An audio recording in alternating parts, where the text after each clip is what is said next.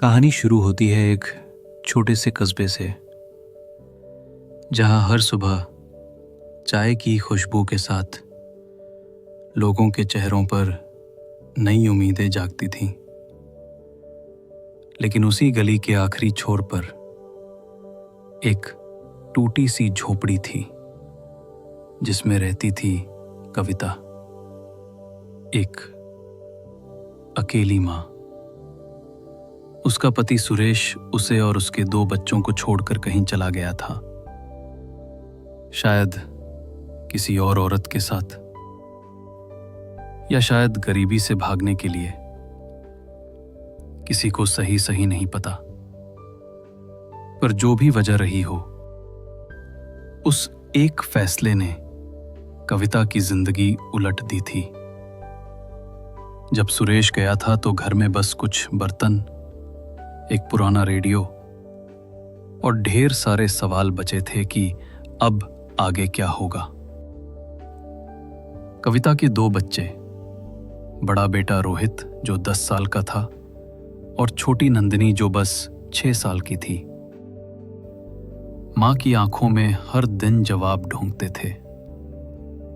लेकिन मां खुद नहीं जानती थी कि कल की रोटी कहां से आएगी। उस दिन जब पड़ोसन ने कहा, अब तो तेरा पति गया, तू कैसे पालेगी इन्हें, तो कविता ने बस एक बात कही, जैसे मां पालती है अपने बच्चों के लिए, किसी के सहारे नहीं। उस दिन से शुरू हुई उसकी जिंदगी की सबसे बड़ी लड़ाई। सुबह 5 बजे उठना, बच्चों को जगाना, उन्हें स्कूल भेजना और फिर खुद निकल जाना कपड़े धोने, झाड़ू लगाने और बर्तन मांजने के लिए।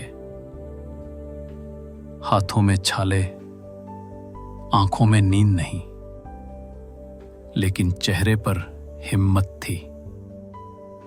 हर बार जब वो थक कर बैठती तो बच्चों के चेहरे याद आते और वो खुद अपमान सहना पड़ता। कई बार उसे लोगों के ताने सुनने पड़ते, अरे अकेली औरत हो, ज्यादा इधर उधर मत घूमो। पर वो चुप रहती, क्योंकि उसे पता था कि जवाब देने से पेट नहीं भरता। दिन गुजरते गए, मौसम बदलते गए और वक्त ने धीरे धीरे उसकी मेहनत का रंग दिखाना शुरू किया। रोहित, जो पहले स्कूल में पिछड़ जाता था, अब हर क्लास में टॉप करने लगा। नंदिनी, जो मां की गोद में रोते रोते सो जाती थी, अब किताबों में डूब जाती थी। लेकिन इन बच्चों को क्या पता कि मां हर रात बिना खाए सो जाती है, ताकि उनके लिए सुबह का दूध बच सके। एक बार मोहल्ले के त्योहार में कविता के बच्चों को दूसरों के साथ बैठने नहीं दिया गया, क्योंकि लोग कहते थे, ये तो उस औरत के बच्चे हैं जिसका मर्द भाग गया। उस रात कविता टूट गई थी, पर उसने अपने आंसू पोंछे और कहा, अब वक्त बदलेगा, मेरा नाम लोग इज्जत से लेंगे। उस दिन के बाद उसने और भी मेहनत शुरू की। घर घर जाकर सिलाई का काम मांगा और धीरे धीरे लोगों ने उसका काम पहचानना शुरू किया। उसने पुराने कपड़ों को नया बनाने की कला सीख ली। थोड़े ही समय में उसकी सिलाई मशीन पूरे मोहल्ले में मशहूर हो गई। लेकिन कहानी यहीं खत्म नहीं होती।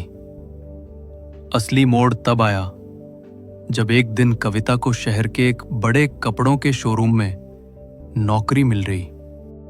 अब उसे हर महीने तय वेतन मिलने लगा, बच्चों की फीस भरने लगी, घर का किराया समय पर जाने लगा और पहली बार जिंदगी थोड़ी आसान लगने लगी। रोहित अब कॉलेज जा रहा था और नंदिनी ने इंटरमीडिएट में टॉप किया। जिस मोहल्ले में कभी लोग ताने मारते थे, वहीं अब लोग कहते थे, देखो वही कविता जिसके पास कुछ नहीं था अब सब कुछ है। लेकिन जिंदगी ने उसे इतना भी नहीं छोड़ा कि वो बिना आंसू के जी सके। एक दिन उसे पता चला कि सुरेश लौट आया है, बीमार हालत में, कंगाल और सब कुछ खो चुका। वो दरवाजे पर आया, कहा, कविता, मुझे माफ कर दो, मुझे रहने दे दो। कुछ पल के लिए कविता चुप रही। उसके अंदर की औरत चीख रही थी कि इस आदमी ने उसे कितनी तकलीफ दी। लेकिन उसी की अंदर की मां बोली, आ जाओ, अब मैं किसी से नफरत नहीं करती। तो उसने उसे घर में जगह दी। लेकिन अब वो कविता पहले जैसी नहीं रही थी। अब वो किसी की सहमी हुई बीवी नहीं, बल्कि अपने बच्चों की ताकत थी। सुरेश ने धीरे धीरे देखा कि कैसे वो औरत जिसे उसने छोड़ा था अब पूरे परिवार की नींव बन चुकी है। कुछ महीनों बाद वो आदमी चल बसा, लेकिन मरते वक्त उसने एक ही बात कही, कविता, मैंने तुम्हें कमजोर समझा था, पर तू तो भगवान की तरह मजबूत निकली। कविता ने बस सिर झुका लिया और उसके बाद वो फिर कभी पीछे नहीं देखी। कुछ साल बीते। रोहित इंजीनियर बन गया, नंदिनी टीचर। दोनों भाई बहन ने मिलकर अपनी मां के नाम पर एक छोटा स्कूल खोला, मां कविता विद्या निकेतन। जब उद्घाटन हुआ तो गांव के हर घर से लोग आए। कविता स्टेज पर बैठी थी, साड़ी में सजी, चेहरे पर सादगी, आंखों में नमक और चमक दोनों। बच्चे उसके पैरों को छूकर बोले, मां, अगर तू नहीं होती तो हम कुछ नहीं होते। और कविता ने बस इतना कहा, अगर तुम मुझे प्यार करते हो तो बस याद रखना, मेहनत कभी धोखा नहीं देती। पूरे गांव ने ताली बजाई और जो लोग कभी ताने मारते थे वही आज उसकी तारीफों के पुल बांध रहे थे। उस दिन कविता के घर में पहली बार दिए जले बिना किसी डर के। उसने अपने बरामदे में बैठकर आसमान की ओर देखा, जैसे भगवान से कह रही हो, तूने मेरी परीक्षा ली पर मैंने भी हार नहीं मानी। रात को जब वो अपने पुराने रेडियो पास बैठी तो हल्की आवाज में गाना चल रहा था, जिंदगी की यही रीत है, हार के जीत है।